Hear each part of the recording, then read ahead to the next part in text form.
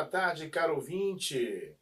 Muito boa tarde, meus irmãos e minhas irmãs. Nesse domingo tão maravilhoso, está começando mais uma edição do nosso programa Encontro com as Paróquias, um momento de partilha, de evangelização, onde nós conhecemos mais sobre o trabalho, a missão dos nossos sacerdotes e comunidade de fé. Hoje nós temos a alegria de receber o padre José Martins dos Reis, sacerdote da Congregação Orionita, ordenado em 21 de dezembro de 1991. Atualmente ele é pároco da paróquia Nossa Senhora de Fátima, localizada na rua Riachuelo, no coração do centro do Rio de Janeiro. O padre José também exerce a missão de vigário forâneo da segunda forania do Vicariato Episcopal Urbano. Vamos conhecer um pouco, padre, sobre a sua história, um pouquinho só, e a sua vocação, os desafios, as alegrias do seu trabalho paroquial. Muito boa tarde, padre. Boa tarde, Padre Brito. Boa tarde, caro ouvinte da Rádio Catedral. É uma grande alegria estar aqui com vocês hoje, para esse bate-papo amigo, aqui com o nosso amigo Padre Brito. Nós tivemos a alegria de trabalharmos juntos ali na mesma forania. Isso. Antes em Santa Teresa, depois ele desceu para Santo Antônio dos Pobres, mas sempre ele, esse grande amigo, sempre sorriso, radiante, em todos os momentos, tanto nos encontros de forania, quanto também aí nos grandes encontros de celebração na Catedral. Então, veja, é uma grande alegria estar aqui para poder também compartilhar com você, que está me ouvindo neste momento, um pouco, quem sabe, essa questão vocacional que é pertinente a todos nós. Eu vejo que a questão vocacional não é um problema da igreja, um problema dos padres, mas é um problema do ser humano. Todos nós fomos chamados à existência e existindo como pessoas, pois fomos chamados a seguir Jesus e recebemos lá o nosso santo batismo. Então, entramos para essa grande comunidade, o novo povo de Deus, e aí dentro, vivendo esse novo povo de Deus, fomos também chamados a vocações específicas, uns para o matrimônio, outros para viver a vida consagrada como leigos, inseridos aí no século, na sociedade, outros chamados também para a vida consagrada, outros chamados para a vida sacerdotal. Eu senti esse chamado já na minha tenra idade para ser padre. Eu só fui chamado assim, já com pequeno, ou já teve uma idade já adulto? Quando eu tinha 10 para 11 anos. Naquele momento ali que é a adolescência, que a gente fica assim com aquela propensão, puxando, contemplando com bons olhos aquela menina lá da escola, ali nas orações, né? Quando meus pais iam rezar na casa de um vizinho, de outro, de um parente, aí sempre tinha aquelas pessoas ali, colegas de escola, que a gente ficava contemplando com bons olhos. E eu sou o segundo filho de uma família de 11. E 4 mulheres e 7 homens. Eu sou o primeiro dos homens. Uhum. Então eu tive a graça assim, de poder estar muito com meus pais e ali também atender os seus pedidos, faça isso, faça aquilo. E a menina, que é a primeira, ela é mais próxima da mãe. E o fato é que ali com 10 para 11 anos, meus pais, eles viajaram para Governador Valadares, minha cidade de origem, e Itaiomi, que fica 2 horas antes de Governador Valadares e depois de Caratinga. Então, naquele período ali, nessa idade, eles viajaram e deixou eu com os meus irmãos menores na casa da tia. Ele me pediu que eu fosse em casa por volta das 3 horas da tarde para dar água para as criações. Naquele período, meus pais moravam na zona rural. E eu fui fazer o que eles pediram, mas fazer também alguma coisa que eles faziam. Normalmente, quando eles estavam trabalhando mais próximo da casa, às 15 horas, eles paravam e iam em casa para assistir um programa religioso na Rádio Aparecida, que pegava muito bem naquela época, ali, os ponteiros apontam para o infinito, do padre Vitor Coelho de Almeida. Você tem um livro dele assim, né? Tem. Aquilo ali impactava muito, vendo meus pais, observar o que eles faziam. E eu fui sozinho em casa, bem naquele horário, tive também a iniciativa de colocar até mesmo uma cadeira, que o pai colocava o rádio lá em cima, bem alto. Imitou o papai. Imitei o papai. Para não ficar mexendo toda hora no rádio, né? Então, eu gostava de um rádio bom, que pegava muito bem. Daí, coloquei a cadeira, liguei o rádio e tal. E assisti aquele programa, que é a pregação ali, sozinho. Foi a consagração da Nossa Senhora Aparecida. Com insight, uma coisa assim muito forte, de dentro para fora, que me fez a dizer para mim mesmo: vou ser padre missionário. Ali despertou a sua vocação. É aquele negócio, aquela coisa ali, aquele momento. Não é que aquela experiência forte ali, espiritual, norteou toda a minha adolescência, ali a juventude, e ali foi me ajudando a fazer esse discernimento. A partir daquele momento, agora meu olhar começou a mudar. Em vez de ficar olhando para as meninas somente, agora eu vou ser padre.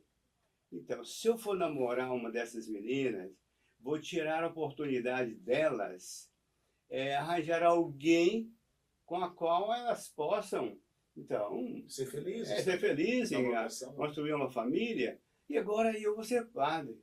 Aí comecei a perguntar aqui e acolá: o padre não pode casar? Então fui fazendo esse discernimento ali no meio do mundo. Não é que eu fui ver o discernimento lá no seminário. Vivendo com meu pai, trabalhando ali na roça, e indo também para as orações, participava de pequenos grupos ali, como criança também, Congregação Nacional dos Anjos, lá na cidade. E o fato é que da roça e do mato eu fui para a grande cidade, Belo Horizonte. E ali, então, sempre aquela ideia incomodando você, padre, mas não posso ir agora, porque eu sou o primeiro da família, tenho que ajudar meus pais, que é tanto de filho, tanto de criança. E o fato que chegou um dado momento, com 22 anos. O senhor entrou no seminário. Aí já tinha trabalhado, estudado muito com meus pais, os outros estavam chegando. E então agora vou fazer uma experiência, mas nessas alturas, aos 14 anos, eu trabalhava na catequese, e me dispus, inserindo mesmo na comunidade. Depois ali, mesmo trabalhando em grupo de jovens, e bem nessa época aqui, mais ou menos ali, com 21 anos por ali, participava daqueles encontros, escalada, encontro TLC, encontro revenso, aqueles muitos movimentos que tinha de juventude, e tinha muitos jovens naquela época. E, então, diante daquela realidade, sem falar com ninguém esse negócio de ser padre, nem com meus pais. Os pais não sabiam? Não. É só uma coisa lá no coração mesmo. E agora, no dia que eu fui fazer o estágio vocacional, aí eu chamei eles à parte e falei: olha, papai e mamãe, estou indo para o seminário hoje, fazer uma experiência. E como foi então? Aí como é que eles ficaram? Volto daqui a 18 dias, volto só no final do ano, ou nunca mais vou ser padre. Uma coisa assim que hoje eu falo, será que eu estava louco? Porque eu o tempo todo ali trabalhando com os pais, agora dizer uma coisa desse para eles. A decisão, né? Aí, fiz a experiência de 18 dias, e aí podia voltar para cá. O seminário do Orionita não é um seminário fechado, uma coisa assim, não. O que eu pensava na minha cabeça, Aí passava aquelas O coisas. senhor poderia ser um monge, né? Aquela ideia de monge, Sim, aí a sim. gente entra para ali e os padres Não é falavam. a questão do monge, mas a questão tem certo tipo de Isso. posteiros, né? Aí depois também alguns padres costumavam entrar no seminário com 7 anos, só sair de lá padre. Então ficava aquelas coisas todas, pensava que também pode ser, isso aconteceu comigo. Aí, mas depois dos 8 dias o reitor falou, não, você pode voltar para casa, aí as aulas vão começar em fevereiro, você pode, porque em fevereiro, isso foi em janeiro de 1978, e aí foi para casa, até chamei o grupo de jovens e também o parque, deu uma missa lá na casa dos meus pais. Olha. E aí, oficialmente, aí foi pro E seminário. o pai e a mãe, então, eles aceitaram, né? Aí eles falaram o seguinte, você sabe o que está fazendo. Ele sempre nos deixou assim, se percebesse que era uma coisa madura. O senhor também já era adulto. Então, você sabe o que está fazendo. E fui. Então, eu mesmo fiz a experiência de ficar um mês sem sair do seminário. Sem sair. Só ali dentro fazer uma experiência comigo, se eu aguentava aquilo. E durante lá o seminário, como é que foi o discernimento?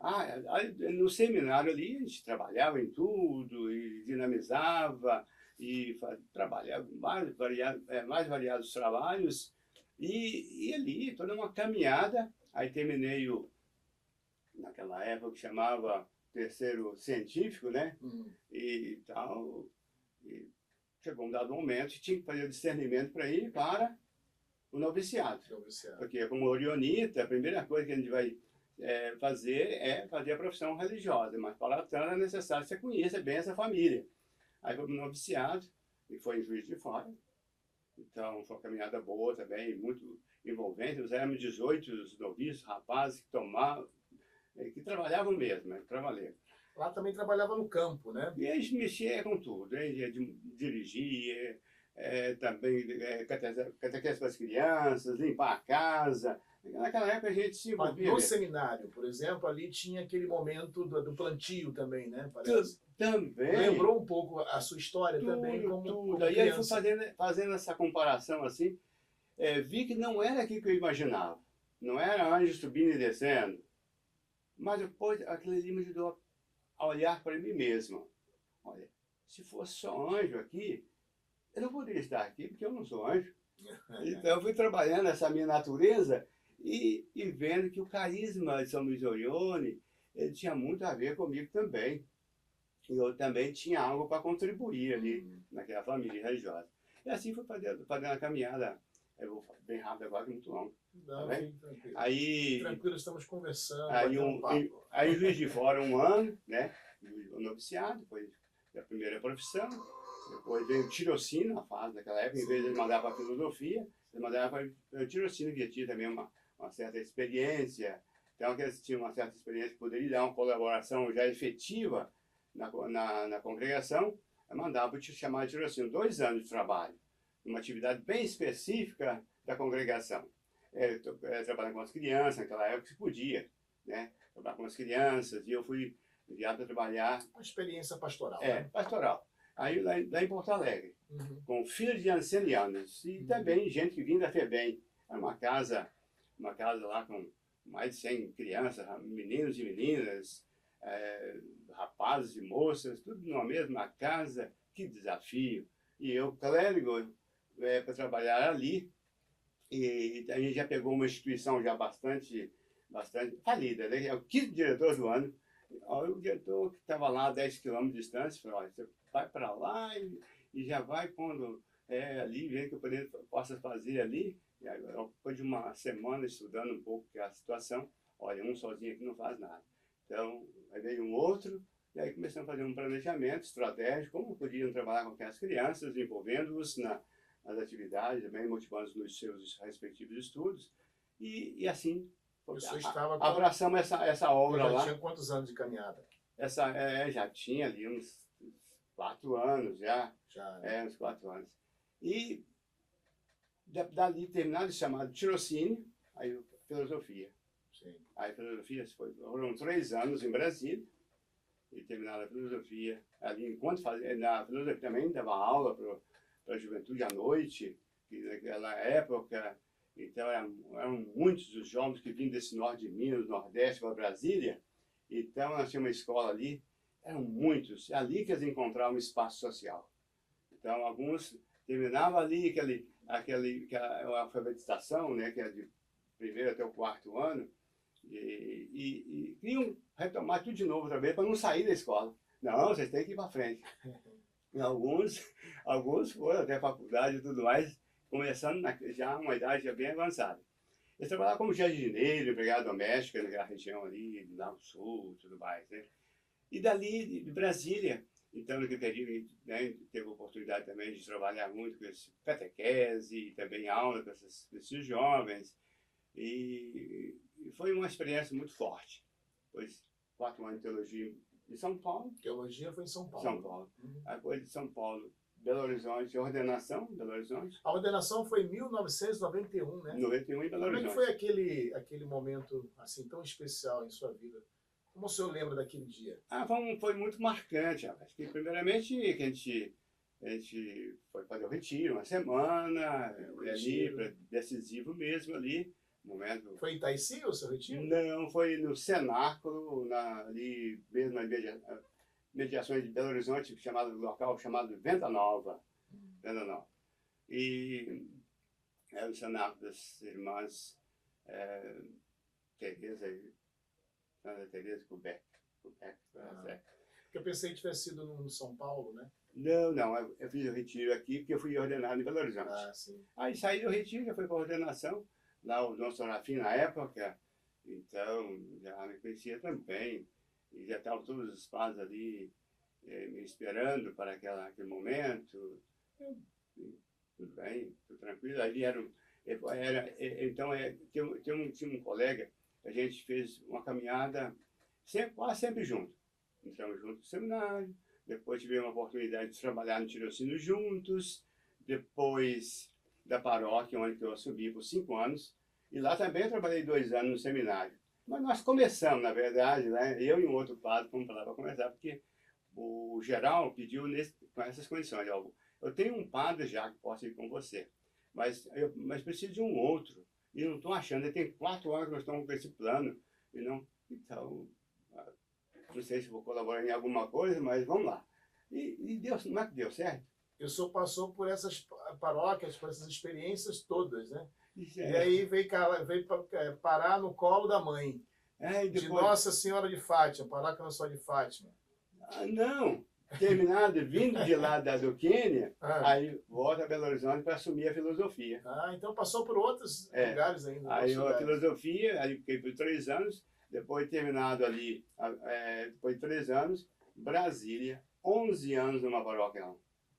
Aí, de lá de Brasília, depois de 11 anos, vim para Rua Riachuelo. O senhor parou na paróquia Nossa Senhora de Fátima, no centro do Rio. Isso aí. E aí, quais são os principais trabalhos da hoje? Olha, ali, rapaz, ali... movimentos. Tudo ali, envolvendo as pastorais. Primeiramente, dando uma atenção a que o bispo está interessado, né? Porque a gente trabalha sempre em comunhão. O Orionita tem essa espiritualidade comunional também, né? Aí, então, observando o que o bispo está pedindo e depois inventando e reinventando algumas coisas debaixo dos panos, para ver se ele consegue... O senhor tem capela lá? Tem uma capelinha no bairro de Fátima. Fica no bairro de Fátima. Porque, na verdade, é Rua Riachuelo, mas é no bairro de Fátima, na sua paróquia, né?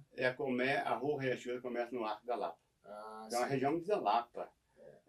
Começa no Arco da Lapa e vai até lá na Rua Santana ali. Começa ali, né?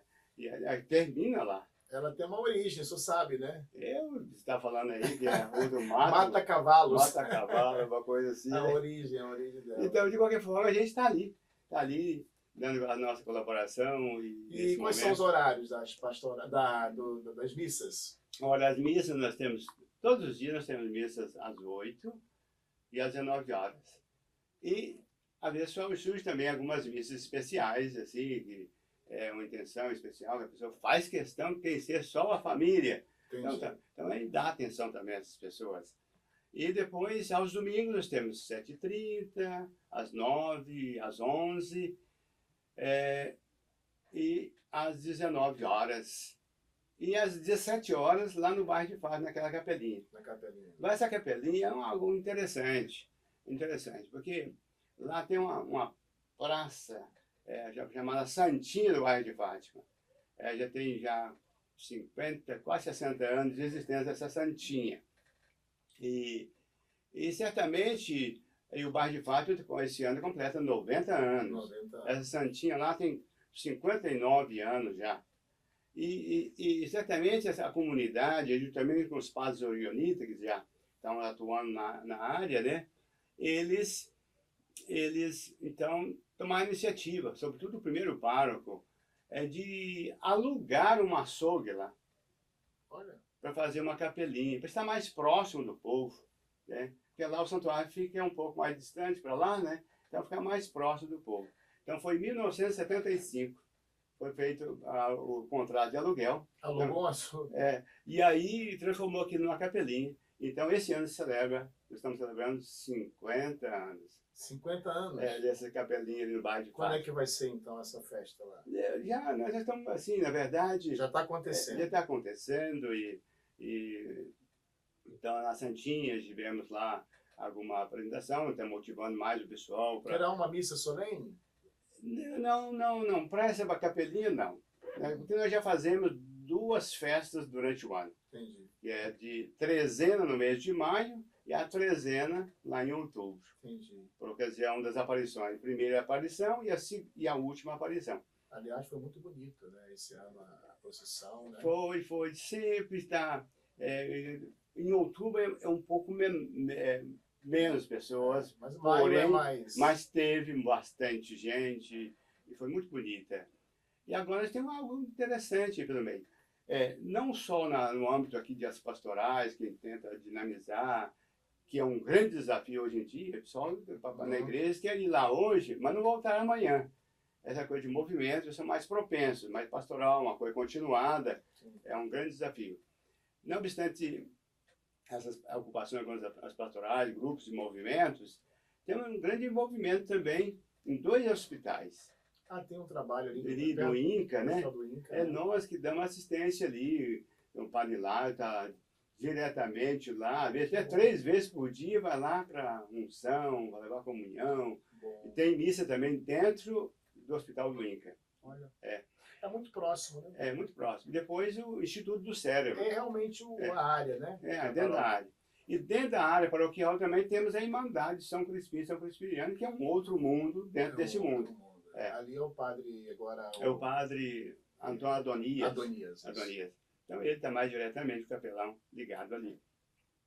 E assim, vamos caminhando, aí tentando algo que é desafiador. E o senhor, como o senhor concilia, então, esse trabalho como pároco e vigário forâneo da vigário forâneo aqui, segunda forania do vicariato urbano? Isto. Esse trabalho com os padres, né? A gente tenta envolver, mas sabe que o nível da forania aqui não é algo assim tão forte, não. Né?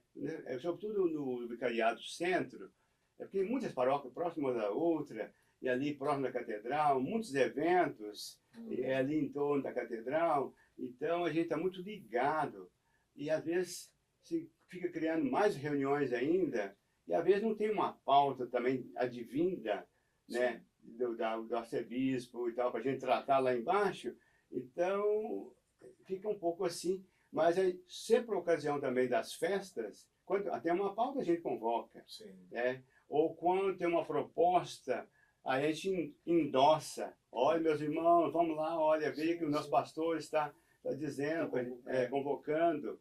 E depois, na ocasião das festas, a gente procura também chamá-los, envolvê-los. Na ocasião também da Semana Santa, para o mutirão de confissões, a gente coloca também à disposição para ajudá-los. Então, essa troca recíproca aí, então, vai nos ajudando a aliviar um pouco os desafios. E alguns colegas também procuram para conversar, né? Sim, tem também. Às vezes também a gente vai também até ele. Lá, fica meio um pouco assim, arredio. Tomar um cafezinho. A gente vai lá encontrar com ele, ver o que está acontecendo.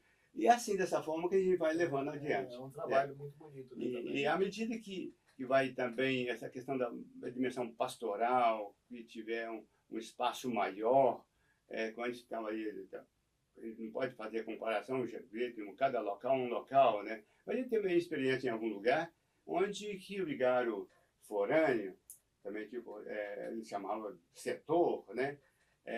Tinha uma pauta, a cada dois meses, a reunião com o vigário episcopal, e aqui tinha uma pauta, aí vai para os vigários, para os setores, né? E ali compartilhava, então aquela dimensão pastoral fica um pouco mais tratada, conversada, dialogada. Era uma região diferente. É diferente. Então aqui é desafiador. Desafiador. É um desafio também. Né? Então, acho que todos os lugares têm desafios, né? Depois a questão da sua situação de rua ali na nossa região. Mas só tem trabalho social na paróquia? Temos.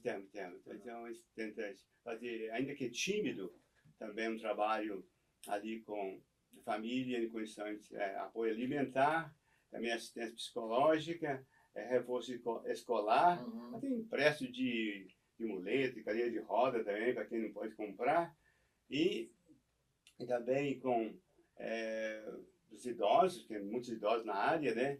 Então, ginástica para eles, né? Então, a gente tenta fazer esse tipo de coisa, e assim vamos levando. E também, assim, por ocasião da Páscoa, Natal, uma evangelização na rua. A equipe vai na rua conversar com eles e depois chamá-los para um almoço digno lá no nosso espaço. Muito bem. E é muito bonito. Um trabalho muito bonito. Muito bonito isso aí. A gente está encerrando o programa, mas está passando tão rápido. Que isso, pensei que não ia nem conseguir ter palavra para nada, mas veja bem, tantos minutos assim. Eu fico muito agradecido. Eu quero só falar para o senhor uma coisa. Eu esqueci de perguntar ao senhor. A Orionita, o que é? Assim, rapidamente, só para o povo entender, o que é Orionita? Essa congregação que o senhor... O nome da congregação, Pequena... O senhor vive, né? Com certeza. Pequena Obra de Divina Providência. Pequena Obra de Divina Providência, que tem os padres, né? Chamamos Orionita, ou Filhos da Divina Providência, ou Padres Orionitas, é um nome popular, né? E depois tem as Irmãs Sacramentinas, sim, missionárias sacramentinas, depois tem as Irmãs Sacramentinas Cegas, tem irmãos e tem também eremitas. Aí tem os eremitas. Tem as ramificações, tá? Então, aí os padres, os Orionitas, mas na verdade o nome mais oficial seria Filhos da Divina Providência. The Sons of Divine Providence. Olha, muito bom. Falou até... você deixa uma mensagem aí de esperança, né? Estamos aí no ano da esperança, né? Exato. Peregrinos de esperança. Eu acho que em termos vocacionais, conforme eu tinha falado lá no início, né, o problema não é um problema... Até um convite aos jovens, vocação, mas é um problema humano. A gente precisa mesmo de fazer um discernimento, mas para fazer esse discernimento, a gente precisa olhar algumas luzes, quem sabe ler a vida de santos, a palavra de Deus, a oração, buscar congregar mais na comunidade, porque isso é constitutivo da nossa vocação. Quando fomos batizados, nós fomos inseridos numa comunidade. Vai discernir fora da comunidade, acho que alguma coisa fica meio superficial, tá? Discernir olhando vídeo aqui e acolá, não ajuda muito não. Acho que tem que olhar para dentro, porque esse chamado ele vem de dentro. Nessa experiência que eu tive, não foi alguma coisa de fora, mas se bem que Deus pode nos chamar do jeito que Ele quer, quando Ele quer e de muitas formas, né? A mim ele me chamou desta forma, através de escutando um programa de rádio. Sim. Mas ele envolvendo na comunidade, a pregação e a oração. Isso nos ajuda assim, a discernir. E você que está me ouvindo agora, você jovem, você tem condição, está ao seu alcance dar esse passo também. Olhar para dentro de si e olhar para o Senhor, conversar na oração diante do Santíssimo, procurar invocar o Espírito Santo, ler a palavra E uma oração amiga, uma oração já formulada, uma oração amiga, aquela que parte do seu coração. Certamente o Senhor vai te inspirar e te iluminar no seu discernimento. Muito bem, padre. Muito obrigado pela sua presença. O papo, muito bom esse papo, viu? Mas está chegando ao final. Chegou ao final, com certeza. Muito obrigado, Padre Brito. Obrigado também você, caro ouvinte. Obrigado, Elizabeth, a nossa produtora. Isso. Os internautas também, né? Todos vocês que vão ter acesso a essa fala muito simples, e quem sabe, não sei se eu consegui fazer bastante claro aqui, mas em outra oportunidade a gente pode também esclarecer. Qualquer coisa, vem ali na Paróquia Nossa Senhora de Fátima, que agora vai ser reconhecida mesmo como Santuário Nossa Senhora de Fátima. Coisa legal. Que bom. Porque é a intenção inicial dos primeiros, desde que pedindo a bênção lá do São Sebastião Leme, cardeal, depois dos outros, já do início. Era uma região marginal aqui do centro do Rio. E ali, os orionitas que estavam no Brasil sentiram assim, essa inspiração, precisa de uma igreja aqui. E aí, então, lá em 1900, já começou lá no início, 1939, primeira capelinha. Então, já estamos celebrando 86 anos de existência. Teremos, então, um santuário na Rua Riachuelo, 367, no centro. Paróquia hoje, Nossa Senhora de Fátima. Caro ouvinte, eu desejo a todos um domingo abençoado e até o próximo programa, se Deus quiser.